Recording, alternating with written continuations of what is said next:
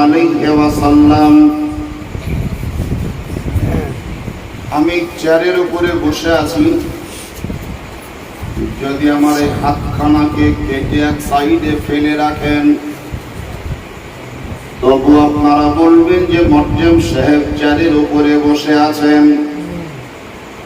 টুপিটা যদি মাথা থেকে খুলে রাখা হয় তবু আমি চেয়ারের উপরেই থাকবো। রুমালটা যদি সাইড করে দেওয়া যায় তবু আপনারা বলবেন উনি চেয়ারের উপরে আছেন। পরিধান করা বস্ত্র যদি খুলে দেওয়া হয় তবু আপনারা বলবেন মোয়াজ্জেম সাহেব চেয়ারের উপরে বসে আছেন। কিন্তু এই দেহের ভিতরে বা দেহের মধ্যে এমন একটা জিনিস আছে, উপাদান আছে, যেটা একবারের জন্য যদি বেরিয়ে যায় তো সবাই বলবে আর মোয়াজ্জেম সাহেব না। জামা খুলে খুলেও বলবে আছে, পায়জামা খুলে রাখলেও বলবে আছে, টুপি খুলে রাখলেও বলবে আছে, হাত কেটে পড়ে গেলেও বলবে আছে, পা হাঁটুর উপর পর্যন্ত কেটে চলে গেলেও বলবে আছে। কিন্তু এমন একটা জিনিস দেহের ভিতর থেকে বেরিয়ে গেলেই বলবে আর নাই। যেই জিনিসটা বেরিয়ে গেলে মানুষ থাকে না, সেই জিনিসটার নাম হলো রূহ। আল্লাহর পয়গম্বর শহনশাহ জিওয়াকার মক্কার সরকার মদিনার তাজদার পাপীদের উদ্ধার নবী মুহাম্মদুর রাসূলুল্লাহ সাল্লাল্লাহু তাআলা আলাইহি ওয়াসাল্লাম বলেন, যখন মানব দেহ থেকে রূহ বার করে নেওয়া হয়, রূহ বার করে নেওয়া হয়, সাপোজ ধরে নেই রুমালটা আমার পায়ের উপরে আছে, এখান থেকে যদি হটিয়ে নিই তাহলে হয় আমাকে ধরে রাখতে হবে, না হলে কোথাও ছুটতে হবে। কিছু একটা জায়গা এর জন্য দরকার। নবী পাক বলেন, মানব দেহ থেকে যে রূহ বার করা হয় ওই রূহকে রাখার জন্য দুই ধরনের জায়গা তৈরি হয়েছে। একটা জায়গার নাম হলো ইল্লিন, আর একটা জায়গার নাম হলো সিজ্জিন। কি বললাম? মুখস্থ রাখেন, দুটো জায়গার নাম বললাম, একটার নাম হলো ইল্লিন, আর একটার নাম হলো সিজ্জিন। এই গ্রামে কাউরির বা কোনো ছেলের যদি বিয়ে হয় তো বরযাত্রী যখন যাই তো দেখবেন দুই ধরনের লোক যায়, কিছু পুরুষ আর কিছু মহিলা। যারা মহিলা হয় তাদেরকে বিবিখানা বলে। আপনারা কি বলেন? কোন কোন জায়গায় হবে ডুলি বিবি বলে। আর এই কালিয়াচক, দিনাজপুর, মালদহ ওই সাইডে ওই মহিলাদেরকে আবার গহনা বিবি বলে। গহনা বিবাহ। আমি জিজ্ঞাসা করেছিলাম যে আমরা ডুলি বিবি বলি, কেউ বিবিখানা বলে, আপনারা গহনা বিবি কেন বলছেন? তো যে আজকের দিনে ওর যত গহনা থাকে সব দিয়েছে, এই লেগে ওকে গহনা বিবি বলিয়ে। দুই ধরনের লোক যায়, যারা পুরুষ যায় তাদেরকে বরযাত্রী বলে, যারা মহিলা যায় তাদেরকে বিবিখানা বলে। যেই জায়গায় পুরুষদের বসার ব্যবস্থা হয় সেই জায়গায় মহিলাদের ব্যবস্থা হয় না, ওদের পার্সোনাল জায়গা হয়। তার মানে বরের সঙ্গে যাওয়া যাত্রীদের দুটো জায়গা, পুরুষদের আলাদা, মহিলাদের আলাদা। আল্লাহর নবী আকা মুস্তাফা বলেন, মানব দেহ থেকে যে রূহ বার করা হবে, ঢুলছে মিলানাকে ঢুলিয়েন না, এত সকালে ঢুলতে হবে না। হয়তো কপাল ভালো যে হাওয়ার নিচে বসিয়েছেন, বাড়িতে থাকলে হয়তো হাত পাখাই ঘুরেতে হতো। নবী পাক বলেন, মানব দেহ থেকে বার করা রূহ যেহেতু একই কোয়ালিটির নয়, একই রকমের নয়, একই প্রকারের নয়, এই কারণেই রূহকে রাখার জন্য দুটি জায়গা তৈরি হয়ে আছে। একটা জায়গার নাম হলো ইল্লিন, আর একটা জায়গার নাম হলো সিজ্জিন। সাহাবায়ে কেরামগণ জিজ্ঞাসা করলেন, ইয়া রাসূলুল্লাহ,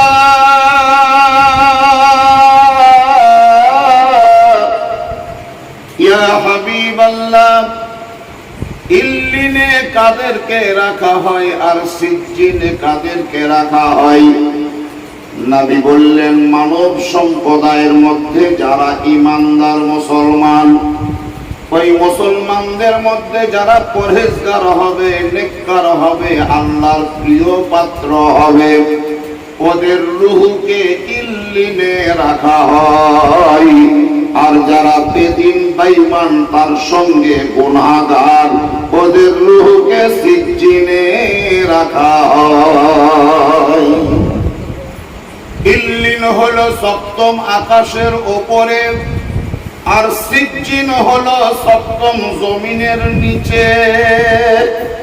মানে দুই জায়গায় রূহ থাকবে বা আছে, উপরে কিছু আর নিচে কিছু। নিচের জায়গাটার নাম সিজ্জিন আর উপরের জায়গাটার নাম ইল্লিন।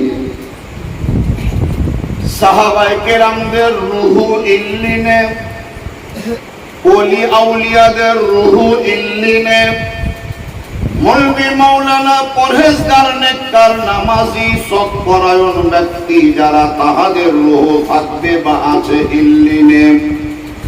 আর যারা বাটপার, বেঈমান, দুরাচার, ব্যভিচারী, অন্যায়কারী, বেনামাজি, ওদের রূহ থাকবে সিজ্জিনে। দুইটি জায়গা পেলাম। এবারে মেন জায়গায় আপনাদেরকে নিয়ে যাচ্ছি। মানবের দেহ থেকে রূহ যদি বেরিয়ে যায়, তাহলে এই দেহটা মরা নাকি? দেহটা মরা। আর ওই রূহটা যদি পুনরায় দেহের মধ্যে প্রয়োগ করে দেওয়া হয়, তাহলে সেই দেহটা পুনরায় জিন্দা। বিখ্যাত ফেরেশতা হযরত ইসরাইল আলাইহিস সালাম, যার হাতে জান কবজ করার দায়িত্ব, নবী মুস্তাফা আমার দীর্ঘদিন ধরে নয়, মাত্র কয়েকদিনের জন্য অসুস্থ। নবী আমার জ্বরাক্রান্ত, আপনার শরীর নাজুক, শয্যায় শায়িত শুয়ে আছেন, নামাজে যেতে পারেন না। আর এই নামাজে যেতে না পারার কারণেই সাহাবায়ে কেরামরা মসজিদে ইন্তেজার করছেন। নবী আসবেন, নামাজ পড়াবেন, নবী আসবেন, নামাজ পড়াবেন, নবী আসবেন, নামাজ পড়াবেন। কিন্তু যেহেতু নবীর শরীর অসুস্থ, তাই তিনি যেতে পারছেন না। জামাতের টাইম যখন পেরিয়ে যাচ্ছে, ওই সময় নবী বাড়ির ভিতর থেকে ডাক দিলেন, আবু বকর, আমি মসজিদে যাচ্ছি না, তুমি নামাজ পড়াও। নবী কি বললেন? আমি মসজিদে যেতে পারছি না, সেহেতু আমার প্রতিনিধি হিসাবে, আমার অ্যাসিস্ট্যান্ট হিসাবে, আমার নায়েব হিসাবে, আমার মেহরাবের জায়গায় দাঁড়িয়ে তুমি নামাজ পড়াও। যেই সময় আবু বকরের নাম ধরে ডাক দিলেন নবী, সেই সময় হযরতে আয়েশা, নবীর স্ত্রী, আবু বকরের বিটি, নবীর পাঁজরেই বসে আছেন। বাপের দিক থেকে বিটি আয়েশা বলছেন, ইয়া রাসূলুল্লাহ, যেই মেহরাবে আপনি দাঁড়িয়েছেন, সেই মেহরাবে আমার বাপ দাঁড়াতে পারবে না। ওর দিলটা বড় কমজোর, মনটা বড় নাজুক, এত বড় গুরু দায়িত্ব নিতে পারবে না। তাই হুজুর আপনাকে রিকোয়েস্ট করছি, অন্যজনকে দায়িত্ব দেন, আমার বাপকে দিয়েন না। কে বলছেন এটা? হযরত আয়েশা বলছেন। ওই জায়গাটা খুব খাতারনাক করেছে। এতগুলা লোকের জিম্মেদারি নিয়ে নামাজ পড়ানো, এটা চাকরিখানি কথা না। প্যাসেঞ্জার হওয়া সহজ, কিন্তু ড্রাইভার হওয়া সহজ নয়, বড় কঠিন, টাফ সাবজেক্ট। ১,৫০০ বা ২,০০০ লোক যদি ইমামের পিছনে নামাজ পড়ে, ওই ২,০০০ মুক্তাদিরা যদি ব্যক্তিগতভাবে নামাজ চলাকালীন শতটা ভুল করে, তারপরেও তাহাদেরকে সহ সিজদা করতে করতে হবে না। কিন্তু ইমাম সাহেব যদি একা একটা ভুল করে দেয়, তো ইমাম সাহেব সহ 2000 লোক সবাইকেই সহযোগিতা করতে হয়। তার মানে ইমামের ভুল মানে সবারই ভুল, আর মুক্তাদির ভুল মানে ইমামের ভুল নয়। প্যাসেঞ্জার যদি সারা রাত ঘুমায়, নাইট সার্ভিস বাস যেগুলা কলকাতা থেকে ছাড়ে শিলিগুড়ি, দার্জিলিং, জলপাইগুড়ি যায়, সেই বাসগুলা নাইট সার্ভিস সন্ধ্যা 6টায় কলকাতায় ছেড়েছে, সকাল 7টার সময় শিলিগুড়িতে ঢুকবে। সারা রাত একবারে স্লিপার সিট, পুশব্যাক মানে পাতে ঠেলি দাও, যে সিটটাকে পিছাই লাও, পুশব্যাক বলছো। স্লিপার মানে লাসাট স্থিতি যাও, উপরেও থাকে নিচেও থাকতে পারে। যাহা প্যাসেঞ্জার কেউ 400 কেউ 500 টাকা ভাড়া দিয়ে চেপেছে, নাক ডেকে ঘুমাচ্ছে, কোনো ট্রাবল নেই, উঠে বসে মোবাইল দেখছে, কোনো অসুবিধা নেই, কাউরির সঙ্গে গল্প করছে, কোনো ক্লেম নেই, অভিযোগ নেই। কিন্তু ড্রাইভার যার হাতে স্টিয়ারিং আছে, সে যদি গাড়ি চালাতে গিয়ে একবার এমনি করতে দেয়, তাহলে গাড়িও যাবে, বাড়িও যাবে, ইও যাবে, এরাও যাবে, সব যাবে। ড্রাইভারের ঘুমানো চলবে না, ড্রাইভারের ঘুমানো চলবে না। প্যাসেঞ্জার ঘুমাইতে পারবে, ড্রাইভারের ঘুমানো চলবে না। দলিল প্রমাণ করে এই যে গোটা পৃথিবী সমগ্র জগতের জন্য সৃষ্টিকর্তা হচ্ছেন আল্লাহ, আর নবী মুস্তাফাকে আমার মালিক বানিয়ে দিয়েছেন আল্লাহ। বলেন, হে নবী, যতদিন পর্যন্ত আপনি ড্রাইভিং করবেন ততদিন পর্যন্ত পৃথিবী টিকে থাকবে। যেই দিন দুনিয়ার কাছ থেকে আপনার সম্পর্ক ছিন্ন হয়ে যাবে, সেই দিনই কিন্তু কিয়ামত হয়ে যাবে। নবী আকা মুস্তাফাকে এই দুনিয়ার জান বলা হয়েছে, রূহ বলা হয়েছে। দেহের ভিতরে মানুষের রূহ থাকলে যেমন জিন্দা, নবীর সম্পর্ক দুনিয়াতে আছে বলেই দুনিয়া জিন্দা। যেদিন রূহ থাকবে না, দেহ মরা। নবীর সম্পর্ক যেই দিন থাকবে না, সেই দিন দুনিয়াটা মরা। এর দ্বারাই বোঝা গেল প্যাসেঞ্জার ঘুমিয়ে গেলেও অসুবিধা নাই, বাস চলবে। ড্রাইভার যদি ঘুমিয়ে যাইতো, প্রায় বাস সহ নর্দমায় চলে যাবে। নবী মুস্তাফা যেহেতু ড্রাইভিং করছেন, এর দ্বারাই প্রমাণিত হলো যে নবী আমাদের এখনো মরে যাননি, বরং জীবিত বা জিন্দা আছে, জিন্দা আছে।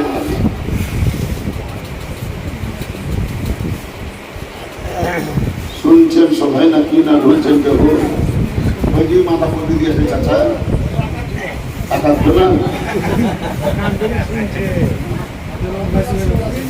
কান পেতে শুনছে, ঠিক বললেন এটা। কিন্তু শোনেন, মনোযোগ বাংলায় বলে একটা ভাষা আছে মনোযোগ। মনোযোগ দেন, মনোযোগ দেন। মনোযোগের সংজ্ঞাটা কি? মনোযোগ 4টা জিনিস মিলে হয় মনোযোগ। 1 নাম্বার হচ্ছে চোখে দেখা, 2 নাম্বার হলো কানে শোনা, 3 নাম্বার হলো হাতে ধরা, 4 নাম্বার হলো মুখে পড়া। বইটা যখন হাতে নেবেন, চোখে দেখবেন, কানে শুনবেন, মানে শোনা মানে কি? কাকা মানে আমি বলছি, আমি শুনছি, বলা হচ্ছে, শোনা হচ্ছে, হয় না? বইটা আমার হাতে আসার, চোখে দেখছি, এই জায়গাতে আমার করছি, তার মানে মনোযোগ তৈরি হলো। এই মনোযোগটা যখন আসবে, তখনই কি পাবে? ফাইসলা কি হবে?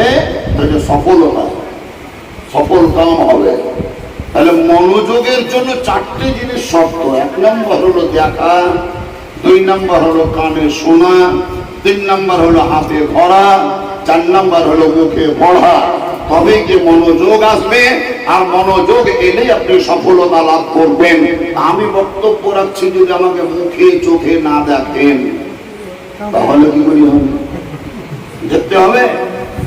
না দেখলে বহুত কথা ছুটে যাবে। মানে সব কথা তো আর মানুষের মুখে হয় না, সব কথা কি মুখে হয়? কিছু কিছু কথা আছে হাতেও হয়, চোখেও হয়, মাথাতেও হয়। এই বাড়িতে আজকালের মেহমান ধরলেন, সাপোজ ধরেন মেহমান, সাপোজ মানে কি সত্যি মেহমান, মেহমান হিসাবে বাড়ির অভিভাবক খুব সম্মান করার নিয়তে একটা ডিম সিদ্ধ করে দিয়েছে। ডিম আমাকে দিয়েছে, আমাকে খেতে দিয়েছে। তাহলে আমি যদি ডিমটা খাই, তাহলে বাড়ির অভিভাবক যিনি, তিনি মনের দিক থেকে শান্তি পাবেন না পাবেন না? শান্তি পাবে। আমি যদি খাই তাহলে শান্তি পাবে, আর যদি না খাই তাহলে পড়া বেকারই হলো, মনে হয় খাইলেই না, পড়াই বেকার হলো, খাইলেই না, অশান্তি চলে আসে। আমি খেলে কিন্তু শান্তি পাবে। যখনই ডিমটা ভেঙে খেতে যাব, ওই মুহূর্তে আটখানা একটা ছেলে চলে আসে আমার সামনে। ডিমটাকে ভেঙে মোটামুটি 12 আনার মতন আর হাতে দিতে যাচ্ছে না। বাবু ছেলেটা এবার তদন্ত মনে পড়ে গেল, নিব না নিব না, নিব না নিব না। মানে বাপ দুয়ারে আছে, যদি লিখি তো বাপ বকবে। আর মৌলভী সাহেব দিচ্ছে, মনও চাইছে যে দিলেই খাবো, দিলেই খাবো। আবার বাপ বলতেও পারে না যে বেটা লিখলাম, মুখ ফুটে বলতে পারে না। ছেলেটা মাঝে মধ্যে বাপের দিকে তাকাইছে, আর ডিমের দিকে তাকাইছে, বাপের দিকে তাকাইছে, ডিমের দিকে তাকাইছে। তখন বাপ মুখ ফুটে বলতে পারে না যে লিখলে, তখন কি করে জানেন? তার মানে কি? তার মানে লিখলে নাকি? তখন ছেলেটা বলছে আমি ডিম খাই না, আমি ডিম খাই না। মানে বাপ মানা করে টোটাল বলে না, বলছে আমি ডিম খাই না।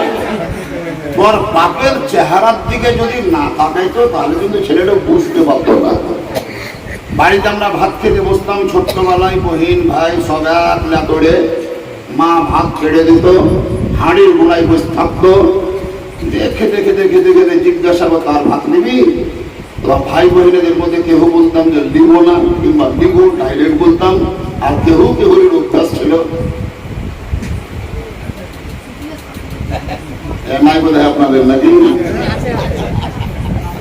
আচ্ছা, ওর মা যদি ওর মাথার দিকে না তাকায় তো ভাত দিবে, আর যদি এমনি করে আর মা যদি মাথা হিলে না দেখে গেলে এক থাবা ভাত নিয়ে থালাই দিয়ে দিবে, তখন ও বলে আমি মানা করলাম তোকে, তখন মানা করলি তখন আমি এমনি করলাম, কি এমনি। সব কথা মুখে হয় না, কিছু কিছু কথা হাতে মাথাতে চোখে কায়া কাটিনেও হয়।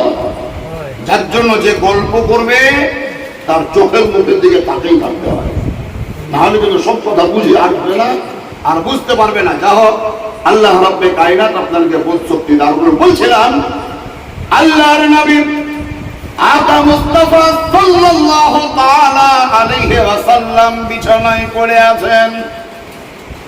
সাহাবায়ে কেরামগণ মসজিদে ইন্তেজার করছিলেন নামাজ পড়ার জন্য, নবী আসবেন তো পড়ব। নবী আমার ওই সৌ সাহাবায়ে কেরামদের মধ্য থেকে একজন ব্যক্তিকে চয়ন করলেন। নবী বললেন ইয়া আবু বকর, হে আবু বকর তুমি নামাজ পড়াও। তার মানে নবীর দৃষ্টিতে ওই শত শত সাহাবায়ে কেরামদের মাঝে সেই মুহূর্তে যোগ্যতা সম্পন্ন ছিলেন যিনি, তিনি হলেন আবু বকর। যদি তিনি যোগ্যতা সম্পন্ন না হতেন তাহলে নবী তাকে চয়ন করতেন না, নির্বাচন করতেন না।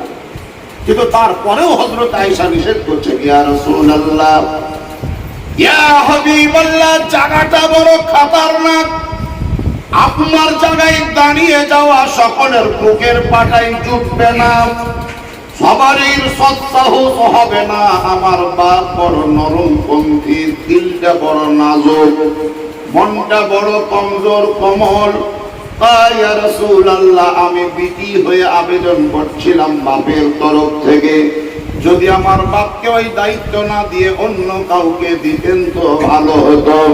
নবী তার স্ত্রীর কথাকে প্রাধান্য না দিয়ে দ্বিতীয়বারে ডাক দিলেন, ইয়া আবু বকর তুমি নামাজ পড়াও।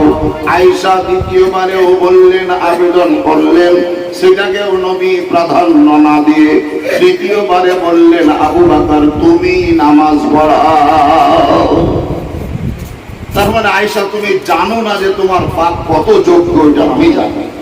তোমার বাপের ভিতরে যে যোগ্যতা আছে তুমি বাহ্যিক দেখে বিচার করছো, আর আমি বাহ্যিক আভ্যন্তরীণ সব দিক থেকে বিচার বিবেচনা করে দেখেছি এতগুলা সাহাবাই কিরামদের মধ্যে যোগ্যতা সম্পন্ন ব্যক্তি তিনি হচ্ছেন তোমার বাপ।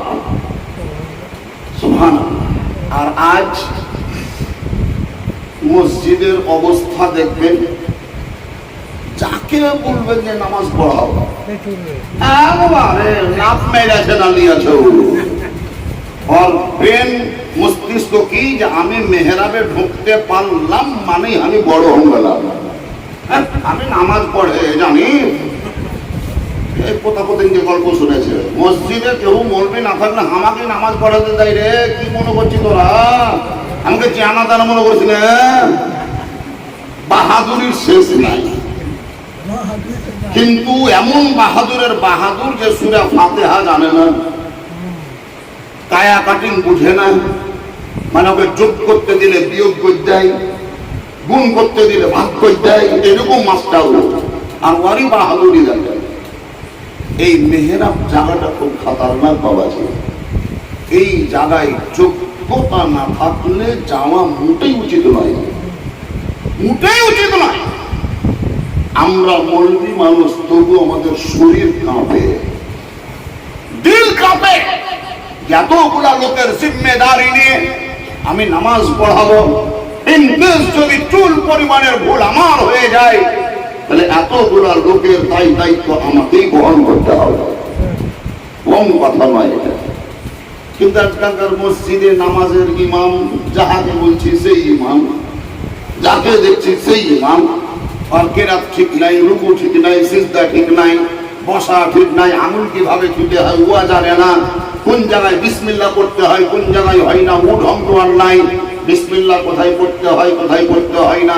আপনাদের মাঝে একটি কথা বলে দিচ্ছি, যখন বিষয়টা উঠে এলো, সাপোজ ধরে নেন আল্লাহু আকবার, অনেকে তাকবীরে তাহরিমা বানলাম, সুবহানাকা আল্লাহুম্মা ওয়া বিহামদিকা ওয়া তাবারাকা ইসমুকা ওয়া তাআলা জাদ্দুকা ওয়া লা ইলাহা গায়রুক, দুআ সানা পড়লাম। এবার আউযু বিল্লাহি মিনাশ শাইতানির রাজীম, বিসমিল্লাহির রহমানির রহিম, এটা পড়া হয়ে গেল। এবার সূরা ফাতিহা পড়লাম, সূরা ফাতিহা শেষ, ওয়ালাদ দাল্লিন আমিন বললাম। আবার মিডিলে পড়তে হবে বিসমিল্লাহির রহমানির রহিম দিয়ে যে কোনো একটা সূরা পড়তে হবে, তাই তো নাকি? এটা সিস্টেম। এবারে ধরেন আমি 2 রাকাত নামাজের বেলায়, মানে 2 রাকাত হয়ে গেল, 4 রাকাতের নিয়ত করেছি, মিডিলে একবার আত্তাহিয়াত পড়তে হয় না? হয় না? আত্তাহিয়াত পড়তে হয়।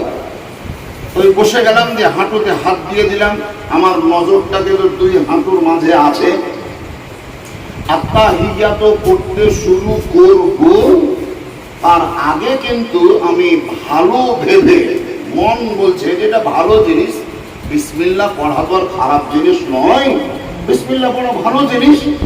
আত্তাহিয়াত পড়ার আগে যদি কোনো ইমাম অথবা মুসল্লি বিসমিল্লাহির রহমানির রহিম পড়ে, বিসমিল্লাহির রহমানির রহিম আত্তাহিয়াতু লিল্লাহি ওয়াস সালাওয়াতু শুরু করলে, তাহলে আত্তাহিয়াত পড়ার আগে কি পড়লেও বিসমিল্লাহ। আপনাদের মধ্যে হয়তো কেউ পড়ে নিলেন, ধরলেন, কেউ পড়লেন, কে পড়ে? আপনারা পড়েন? পড়েন? চারটা বলতে পড়িয়ে না, আর 3-4টা বলতে পড়িয়ে। আরে পড়েন না ওটা থাক, ভিতরকার গোমর আর ফাঁক করিয়েন না। আমি যেটা বলছি আজ ওটার উপর আমল করবেন পরবর্তীতে, বুঝতে পারলেন না? আপনারা যে যাহা করেন, ধরলেন যে যাহা করেন, ভুল করেছেন ঠিক করেন, যা করেছেন করেছেন। আজকে যেটা আমি বলে দিচ্ছি ওটা নোট করবেন, পুরুষ সহ মহিলা সবারই জন্য বলছি। আত্তাহিয়াতু লিল্লাহি ওয়াস সালাওয়াতু ওয়াত তাইয়্যিবাতু, এই আত্তাহিয়াতু পড়াটা হলো ওয়াজিব। আত্তাহিয়াতু পড়াটা ওয়াজিব।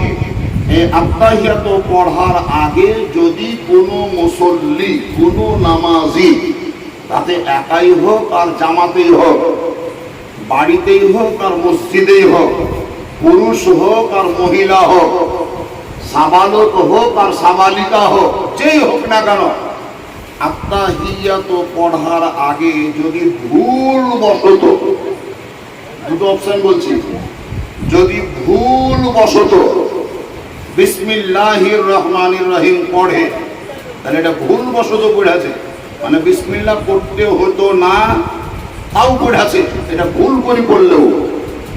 আর কোন ব্যক্তি জেনে শুনি পড়ছে যে না বিসমিল্লাহ পড়া ভালো, তাই আমি আত্তাহিয়াতু পড়ার আগে বিসমিল্লাহ পড়েছি, পড়িবই, জেনে শুনি পড়েছে, তাহলে দুটো অপশন, একটা হলো ভুল করে পড়া আর একটা হলো ইচ্ছা করে পড়া। যদি কোনো মুসল্লি ভুল করে বিসমিল্লাহ পড়ে আত্তাহিয়াতুর আগে, শরীয়তের মাসলা বলছে এই নামাজটাকে সম্পূর্ণ করার জন্য তোমাকে সহজ সাজদা করতে হবে। আর যদি আত্তাহিয়াতু পড়ার আগে জেনে শুনি সাদ করি বিসমিল্লাহ পড়ো, তাহলে তোমার নামাজ বাদ, আবার গুনাহ থেকে নামাজ দোহরাতে হবে। বুঝতে পারলেন না ক্লিয়ার? যে যাহা করেছেন ভুলে যান। যদি কেউ পড়েছেন তাহলে আজকারটা শিখেন, যদি কেউ না পড়েছেন তাহলে আপনি নিজের মজবুতি আমলটাকে মজবুত করে নেন। ইচ্ছা করে যদি কেউ বিসমিল্লাহ পড়ে, ওনার নামাজটাই বাদ, গুনাহ থেকে দোহরাতে হবে। আর যদি ভুল করে বিসমিল্লাহ পড়ে, তাহলে ওকে সহজ সিজদা করতে হবে।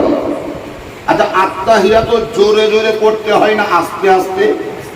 তাহলে বিসমিল্লাহটাও আস্তে পড়বে না জোরে? আস্তে পড়বে। আত্তাহিয়াতু যেহেতু আস্তে, শুধু বিসমিল্লাহটাও যদি ভুল করে পড়িয়ে নেয় তাহলে আস্তেই পড়বে। এবার ধরলাম এই ছেলেটাকে আমি ইমাম বানিয়ে দিলাম, এই ছেলেটা ইমাম হয়ে গেল, কিংবা এই চাচা ইমাম হয়ে গেলে, অথবা ওই ভাই আমার ইমাম হয়ে গেলে। এবার ও নামাজ পড়াতে যায় আত্তাহিয়াতুর আগে বিসমিল্লাহ ভুল করে পড়িয়ে দিয়েছে। এবার কিন্তু ধাঁধাই করে আমার সম্মান চলে যাবে, আমার সম্মান চলে যাবে, লোকে বলবে ঢং নেই তো গেলছি কেন, ঢং নেই তো গেলছি কেন, খুব জানা হবে, করবোই না, কেউ তো জানতে পারবেই না, হবে না? হবে না? তাহলে যার ভিতরে খৌফে খোদা, খাশিয়াতে ইলাহি, আল্লাহর ভয় থাকবে, সেই ব্যক্তির দ্বারাই যদি এই ঘটনা ঘটে, তাহলে লোকে বদনাম করছে না প্রশংসা করছে ওটা দেখবে না, বরং ভুল হয়েছে বলে সহযোগিতা করবে। আর যদি খোদার ভয় মনের মধ্যে না থাকে, উপরে সরে চালাই দিবে। এই কারণে যোগ্য ব্যক্তিকে ইমাম বানাতে হয়, অযোগ্য লোককে ইমাম বানাতে হয় না। হ্যাঁ, ইমাম চারটি খালি কথা নয়। কোন জায়গায় মুন্সি মসজিদে ঢুকেছিল, তার 300 টাকা বেতন, মেলাদিন আগেকার কথা। তো কেউ ওকে প্রশ্ন করছে যে হ্যাঁ চাচা, এই 300 টাকাতে তোমার কি হয়েছে? তো কেন, কিছু তো দরকার নেই, আমার বেটা বিটি যা ছিল সব বিহা সাথে দিয়ে দিয়েছে, ভিন্ন আছে, বিটিটা শ্বশুর বাড়িতে, বেটারা বহনি আলাদা, আমি আর তোমার চাচি দুইটা লোক। তো আমি মসজিদেই দিন পার করতেছি, আর তোমার চাচি দুইটা বিড়ি টিড়ি বাঁধতে পারে, অতই চলছে, আর আমি 300 টাকা নিচ্ছি, ওই বিড়ি খেয়ে চাই নিচ্ছি, নাহলে ইয়াও নিতাম না। বিড়ি খাই উঠাই লেগে নিচ্ছে, নাহলে ইয়াও নিতাম না। যখন বিড়ির দাম বেড়ে গেল, 1.5 টাকা মুঠে, এখন 10 টাকা মুঠে, তখন এবার মসজিদে উঠে একদিন বলছে যে দেখেন, এতদিনে 300 টাকাতে চালাইলাম, কিন্তু আর চলা সম্ভব হয় না, বিড়ির দাম বেড়ে গেছে, আমার বেতন যদি আপনারা পারেন তো 600 টাকা কই দেন, 600 টাকা কই দেন, ভালো আবেদন করে আছে তোর মূল্যের বাজার। ডাহিন দিককার কাতারের ডাহিন দিকে এক মেম্বার ছিল, দাড়ি চালাও, শুধু শুক্রবারে তিনি যাই, অন্যদিন যাই না, মসজিদে নেতাগিরি করে। ওইটি বুঝছিল এই দিচ্ছি এই যান, আর যদি বেশি বাড়াইতে বলেন তাহলে আপনি অন্য জায়গা দেখেন না, এতই থাকতে পারেন তো থাকবেন, না হলে অসুবিধা আমরা দেখে নেবো। ইও দেখিলেন যে আমাকে তাড়াইবার ব্যবস্থা করে আছে, বেতনের কথা বলবই না। 3 দিন পরে কুরবানি, তারপরে জুম্মা। জুম্মাতে উঠে বলছে চাচারা ভাইয়েরা, আপনারা যারা মসজিদে আছেন, আমি গত জুম্মাতে আবেদন করেছিলাম বেতন বাড়াবার লেগে, আমি জোর হাত করি বলছি আর বেতন বাড়াইয়েন না, আমি আমার বেতনের ব্যবস্থা করলে আছি। লোক চোখ খাড়ো করে দিলে যে কি করলে ইয়া আমাদের মসজিদের তলার ধান বিচে দিয়েছে না মাইকের মেশিন বিচেছে, কি করি ব্যবস্থা করলে কি করি গো, বেতনের ব্যবস্থা কি করি করলে? গত জমায় আপনি বললেন বেতন বাড়াবার কথা, আজ বলছেন বেতন বাড়াইতে হবে না কেন? ব্যবস্থা করলে আছে। কি ব্যবস্থা করেছেন? শুক্রবারের ঈদের দিন, কোরবানির দিন 50টা গরু আর 25টা খাসি ছিল আপনার গাঁথা, আমি একলাই জব করে আছি। কে হরির বাপমার নামে দিয়ে নি, আমি আমার বাপমার নামে কোরবানিতে দিয়ে আছি। তোমরা দেখিল আর বেতন বাড়াইল না, যাও বাড়াইবে না, অন্য দিক থেকে আদায় করবে। তারপরে যেমন মুক্তাদি তেমনি ইমাম। ইংরেজি প্রাইভেট পড়াবেন তো ভালো মাস্টার খুঁজছেন, বাংলা প্রাইভেট পড়াবেন তো ভালো মাস্টার খুঁজছেন, কম্পিউটার শিখাবেন তো ভালো স্কুল খুঁজছেন, আর মসজিদে মৌলবি ধুবেন তো ল্যাংড়া ঘোড়া ঢুড়ি ভরছিলেন। যত কম বেতনে পাওয়া যায়, যত কম বেতনে হয়, ইমাম সাহেবের বেতন উপযুক্ত দেওয়া উচিত, উপযুক্ত দেওয়া উচিত। তবে গিয়ে তার মনটাও শুদ্ধ থাকবে, নামাজ পড়াতে গিয়েও মনটা ফ্রি থাকবে, কোনো টেনশন থাকবে না, চিন্তা থাকবে না, স্বতঃস্ফূর্ত ভাবে আগ্রহ চিত্তে আল্লাহর ইবাদত আপনাদেরকে দিয়ে করবে, তারও ইবাদত শুদ্ধ হবে, আপনাদেরও শুদ্ধ হবে। আর ওই ঈদের 5 দিন আগে জোহরের লয় আসরের নামাজ পড়াতে যাই, সুইরা পড়ি যাবো, এই চিন্তা করছে ঈদের দিন তো চলে যাবে, কাপড় চোপড় কি করে কিনবো, ঈদের দিন তো চলে যাবে, জামা কাপড় কি করে করবো, কোরবানি দিতে পারবো না। এখানকার করে জব করা জাহাজ পাবো, এই চলে যাবো, এই হয়তো চাইবে। আপনাদের কাছে গরু জব করার জন্য মৌলবীকে গোশ দেন, মৌলবী সাহেব যে জব করে আপনি গোশ দেন, পয়সা দিয়েছেন। আর আগে বোধহয় গোশ দিতেন, আগে গোশ দিতেন। মৌলবী হোক আর তালবিলিম হোক আর গ্রামের কোনো মুন্সি হোক, কুরবানির গরু অথবা খাসি কিংবা ভেড়া বা মহিষ বা ছাগল বা দুম্বা বা উট, যার দ্বারাই আপনি জবে করাবেন, যিনি জবে করে দেবেন, ওনাকে বন্ধু হিসাবে মাংস দিতে পারেন, কুটুম হিসাবে দিতে পারেন, ইমাম হিসাবে দিতে পারেন, গ্রামের প্রতিবেশী হিসাবে দিতে পারেন। কিন্তু জব করে দিয়েছে আল্লাহি ওকে 1 কেজি গোশ দিয়াইগা, এটা জায়েজ নয়। বুঝতে পারলেন না? জব করে দিয়েছে তার জন্য 1 কেজি গোশ দিয়াইগা, এটা জায়েজ নয়। আপনি বন্ধু হিসাবে দেন, 1 কেজি টাকায় 5 কেজি দিয়ে দেন, ইমাম হিসাবে দেন, প্রতিবেশী হিসাবে দেন, দোস্ত হিসাবে দেন, কিন্তু জব করার পরিবর্তে মজুরি হিসাবে গোশ দেওয়া জায়েজ নয়। মজুরি হিসাবে গোশ দেওয়া মানেই হলো কুরবানির গোশ আপনার বিক্রি করা হলো। আর কুরবানির গোশ বিক্রি করা জায়েজ নয়, খাওয়া যায় কিন্তু বিক্রি করা জায়েজ নয়। আমার বাড়িতে কেউ যদি একটা লোক মুনিশ আছে 300 টাকা মজুরি, ওকে 300 টাকা না দিয়ে আমি 4 কেজি জায়গায় 6 কেজি চাল দিলাম, 6 কেজি কি দিলাম, চাল দিলাম, তাহলে 300 টাকার পরিবর্তে 6 কেজি চাল দিলাম, তার মানে 300 টাকাতে ওই চাল 6 কেজি ওর কাছে আমি বিক্রি করলাম। কথাটা বোঝা গেল না? 6 কেজি চাল ওর কাছে বিক্রি করা হলো, অন্য জায়গায় বিক্রি করে 300 টাকা পেতাম, তো এই 300 টাকায় চাল অন্য জায়গায় বিক্রি না করি ওকেই দিয়ে দিলাম, তার মানে 300 টাকা বিচা হলো। একজন লোক যে কুরবানির জানোয়ার জবে করে দিবে, ধরে নেন তার মজুরি 200 টাকা, ওই 200 টাকা না দিয়ে আমি 1 কেজি মাংস দিলাম, তার মানে 200 টাকার বিনিময়ে 1 কিলো মাংস আবার বিক্রি করা হলো। সেই হেতু কুরবানির মাংস বিক্রি করা জায়েজ যেহেতু নয়, সেহেতু কোন জবে করা ব্যক্তিকে পরিবর্তে মজুরি হিসাবে কুরবানির মাংস দেওয়া জায়েজ নয়। নবী পাক বললেন, হে আবু বকর তুমি নামাজ পড়াও, হে আবু বকর তুমি নামাজ পড়াও।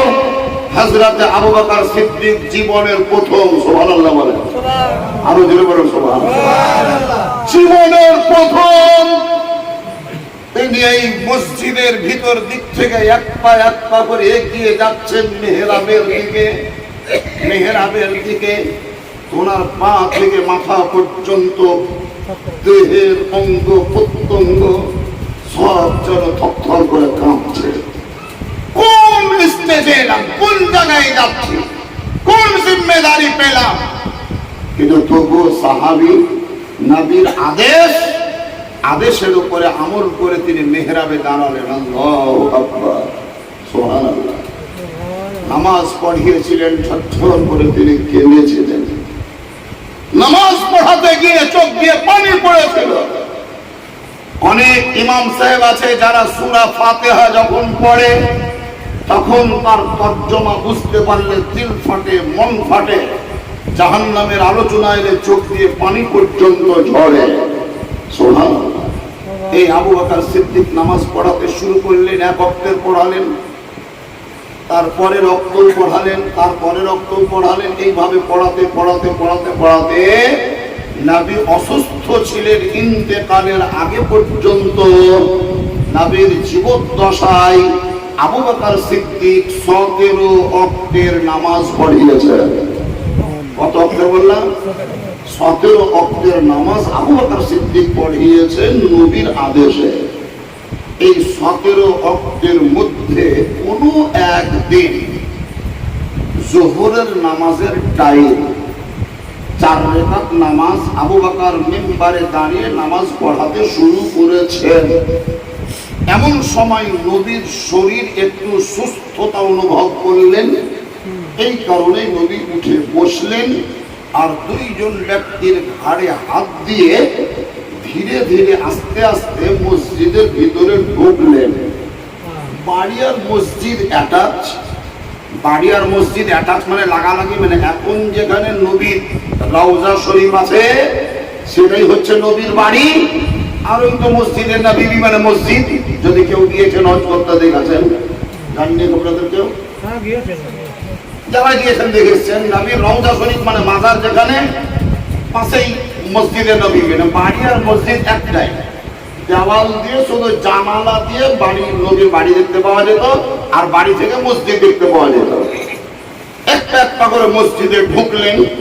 আবু বকর সিদ্দিক একদম মেহরাবে, তার পিছন কাতারে একটা লাইন, তারপরে একটা লাইন, তারপরে একটা লাইন। ওইটা মসজিদের দরজা। ওই দরজা দিয়ে নবী ভিতরে ঢুকে গিয়েছেন। তো শেষ কাতারে যারা ছিল তারা হয়তো এক চোখেই হোক আর অনুভবের দ্বারাই হোক, যেমন করেই হোক জানতে পেরিয়েছে যে নবী মসজিদে চলে এসেছেন।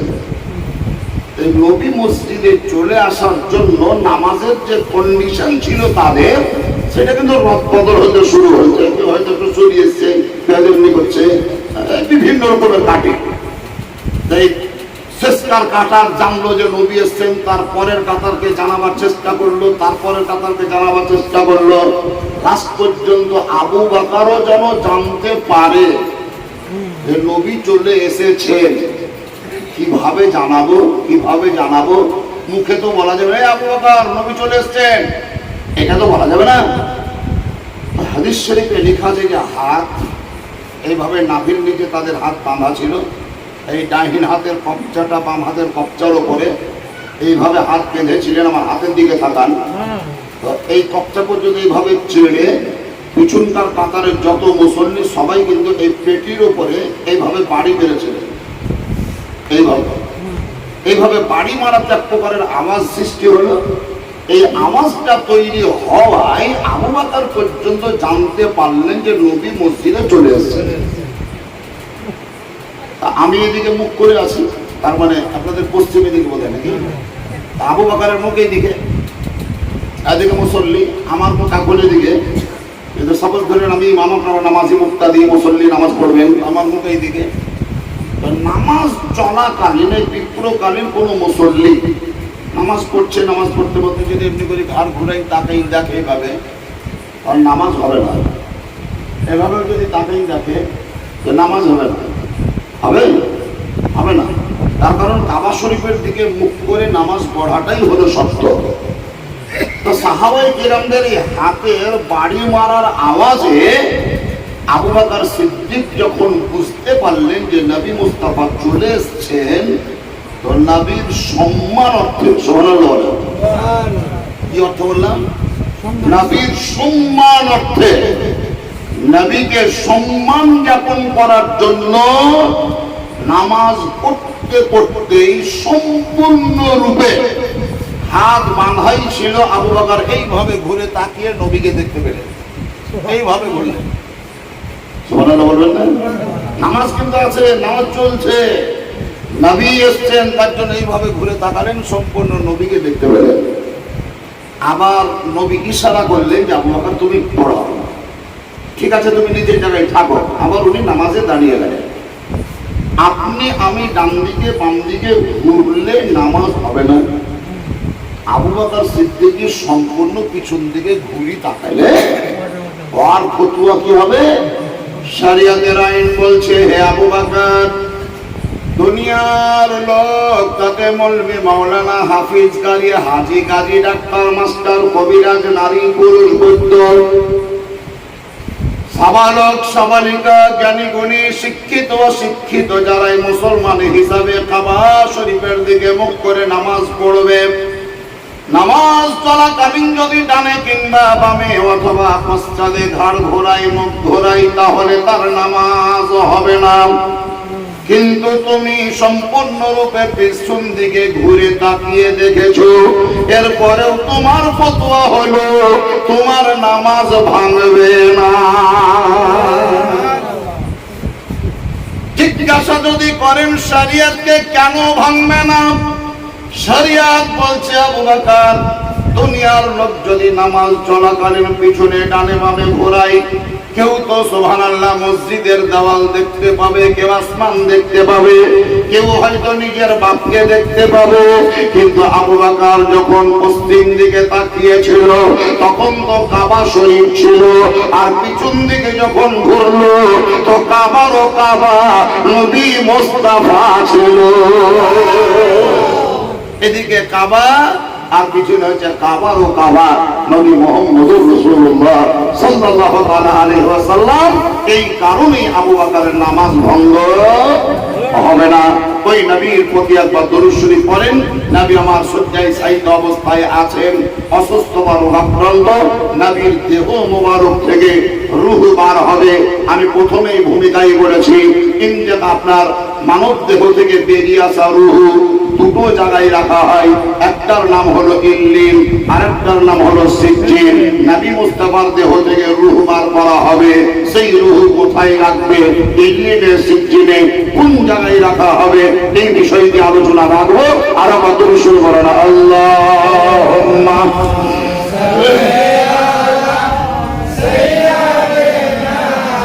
মাওলানা মুহাম্মদ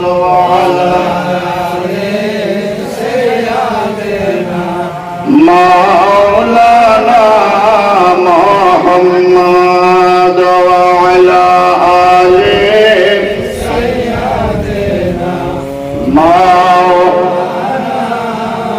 জীবনের অন্তিম কালে ইজরা সাল্লাম বাবাজিরা মায়েরা নবী মুস্তাফা রোগাক্রান্ত। হযরত ইসরাইল ফেরেশতা দরজায় দণ্ডায়মান ছিলেন। ফাতেমা তো জাহরাকে নবী বললেন, বিটি ফাতেমা দরজা খুলে দাও, কোন মেহমান দাঁড়িয়ে আছে। দরজা খুলে দেওয়া হলো, ভিতরে দুইজন ফেরেশতা প্রবেশ করলেন। একজনের নাম হলো জিবরিল আমিন, আর একজনের নাম হলো ইসরা হযরত ইসরাইল আলাইহিস সালাম। নবীকে সালাম জ্ঞাপন করলেন, আসসালাতু ওয়াসসালামু আলাইকা ইয়া রাসূলুল্লাহ, আসসালাতু ওয়াসসালামু আলাইকা ইয়া হাবিবাল্লাহ। আমার নবী মুস্তাফা জিজ্ঞাসা করলেন, জিবরাইল কি ব্যাপার, কি সমাচার, খবর দাও। জিবরিল আমিন বললেন, হুজুর আমি নিজের প্রয়োজনে আসিনি, আমি অভয় দেওয়ার জন্য ইসরাইল ফেরেশতাকে সঙ্গে নিয়ে এসেছি। ইসরাইলের সঙ্গে কথা বলে ফেরেশতা ইসরাইলকে নবী জিজ্ঞাসা করলেন, ব্যাপার বলো। ইসরাইল আলাইহিস সালাম বললেন, হুজুর আল্লাহর তরফ থেকে আপনার জান কবজ করার অনুমতি নিয়ে এসেছি, তবে আল্লাহ তাআলা বলে দিয়েছেন যদি আমার নবী মুস্তাফা সাই দেয়, যদি নবী মুস্তাফা সম্মতি জ্ঞাপন করে, তবে গিয়ে তার জান কবজ করব। যদি নবী নারাজ বা অসন্তুষ্ট থাকে, জান কবজ করতে হবে না, তুমি ওই জায়গা থেকে ঘুরে চলে আসবে। আল্লাহ আদেশ দিয়েছে এটা ঠিক হুজুর, কিন্তু আপনার সম্মতি ছাড়া হবে না, আপনার সম্মতি নিতে হবে। নবী পাক বললেন, ইসরাইল, আল্লাহর আদেশের বাইরে আমি যেমন কিছু করি না, ঠিক তেমন আল্লাহ রাব্বুল আলামিন আমাকে অসন্তুষ্ট করার জন্য কিছু করে না। আল্লাহ যখন আমার জান কবজ করার অনুমতি তোমাকে দিয়েছে, তার মানেই বুঝা গেল এতেই আল্লাহর সন্তুষ্টি বিরাজ করছে। আমি তোমাকে অসম্মতি জ্ঞাপন করে আল্লাহকে রুষ্ট হতে দেব না, আল্লাহর অসন্তুষ্টি কামনা করব না, আল্লাহকে নারাজ করে দেব না। সেহেতু ইসরাইল, তুমি আমার জান কবজ করো, আমার দেহাভ্যন্তর থেকে, আমার রূহ থেকে তুমি সিজ করো, আমার রূহকে তুমি টেনে বার করো। হযরত ইসরাইল আলাইহিস সালাম নবী মুস্তাফার দেহ মোবারক থেকে ওই যে রূহটাকে বার করে আল্লাহর দরবারে ফরিয়াদ করলেন, ইয়া আল্লাহকে কায়নাত, ইয়া মালিক ও মাওলা, রূহ রাখার জন্য রব্বুল আলামিন তুমি দুটো জিনিস রেখেছো, দুটো জায়গা বানিয়েছো। একটা জায়গার নাম হলো ইল্লিন, আর একটা জায়গার নাম হলো সিজ্জিন। ইল্লিনে ওই সমস্ত ব্যক্তিদেরকে রাখা হয় যাহারা ইমানদার, পরেজগার, নেককার। সিজ্জিনে তাদেরকে রাখা হয় যাহারা দালাল, বাটপার, বেঈমান, গুনাহগার। আজকে তো আমি যার জান কবজ করেছি তিনি হচ্ছেন সমগ্র জগতের সরদার, নবী ও রাসূলদের সরদার আহমদ মুস্তাফা নবী মুহাম্মদুর রাসূলুল্লাহ সাল্লাল্লাহু তাআলা আলাইহি ওয়াসাল্লাম। ওই নবীর জান কবজ করেছে গো আল্লাহ। নবীর রূহটাকে কোন জায়গায় রাখবো? আল্লাহ রাব্বে কায়নাত বলেন, হে জিবরিল আমিন, যে নবী মুস্তাফার পদধূলি পড়ার কারণে আমার আরশে আযম ধন্য হয়েছে, যে নবী মুস্তাফার কারণে সমগ্র জগৎ তৈরি হয়েছে, ওই নবী মুস্তাফার দেহ মোবারক থেকে পারপারা রূহকে রাখার জন্য আলাদা কোনো জায়গা তৈরি করা হয়নি। ইল্লিনেও রাখা যাবে না, আর সিজ্জিনে তো মোটেই চলবে না।